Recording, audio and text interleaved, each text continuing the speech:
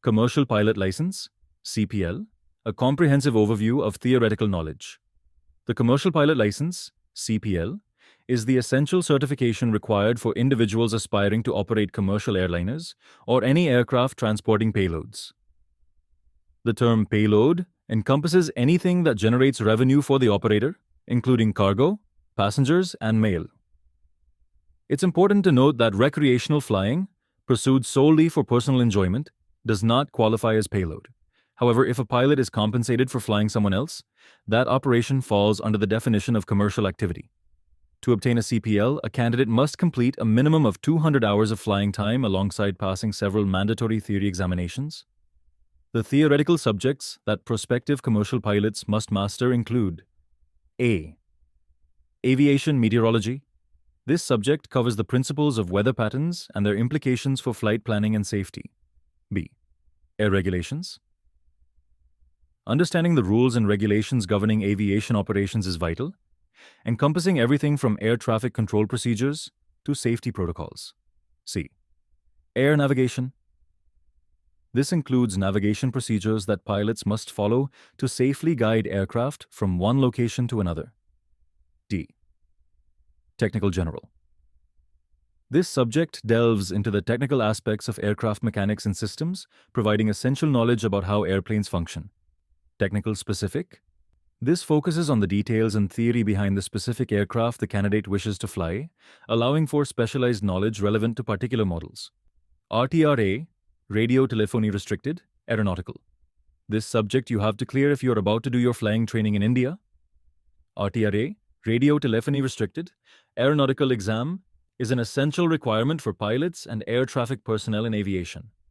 Purpose of RTRA exam: to certify that the person can safely and effectively communicate using aviation radio equipment with ATC, air traffic control, and other aircraft. Without RTRA, even if you have a CPL, you cannot legally fly or operate radio equipment in Indian airspace. In India, a minimum passing grade of 70% is required for each theory exam, which are held quarterly, in January, April, July, and October. These are the regular attempts that you get, and you can give on-demand attempts for the rest of the months. Basically, you can sit for exam every month. The application fee for each theory exam is set at Rs 2,500 INR for regular attempts and R 5,000 for on-demand. CPL, the flying component. The practical flying portion of obtaining a CPL includes various types of flight experiences: dual, solo, night, cross-country, instrument, and distinctions between single-engine and multi-engine flying. 1. Dual flight training.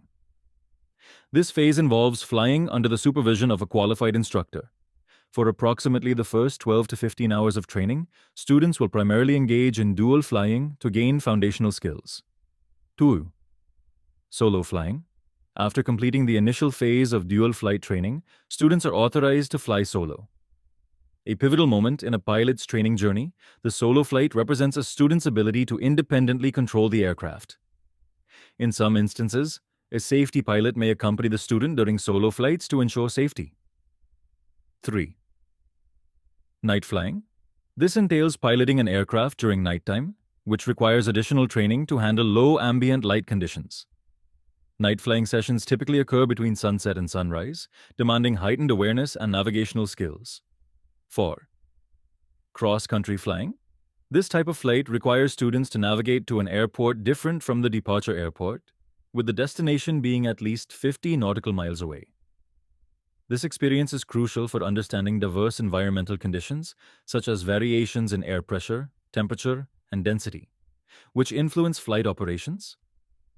5. Instrument flying. In this phase, pilots learn to fly using cockpit instruments without any visual reference to the outside environment. This skill is especially important for navigating adverse weather conditions, such as fog, dust, rain, or smoke, which impede visibility. 6. Single-engine versus multi-engine flying. This distinction refers to the operation of aircraft powered by different engine configurations. Single-engine piston aircraft are commonly used in training due to their cost-effectiveness. In the latter stages of training, Small multi-engine aircraft are introduced for approximately 15 to 20 hours of flight time, allowing students to acquire a multi-engine rating, MER. The cost of single-engine flying typically ranges around $8,000 to 15,000 INR per hour, while rates for multi-engine flying can vary from 3,000 to 4,000 INR per hour across different academies in the country. Similar flying charges are observed in foreign flying clubs, with minor variations of about 10 to 15% across specific academies. Through a structured approach involving both theoretical knowledge and practical experience, aspiring pilots can successfully navigate their journey toward obtaining a commercial pilot license, paving the way for a career in aviation. Let me know if you're finding any trouble regarding any of these topics. You can contact me via mail. Thank you.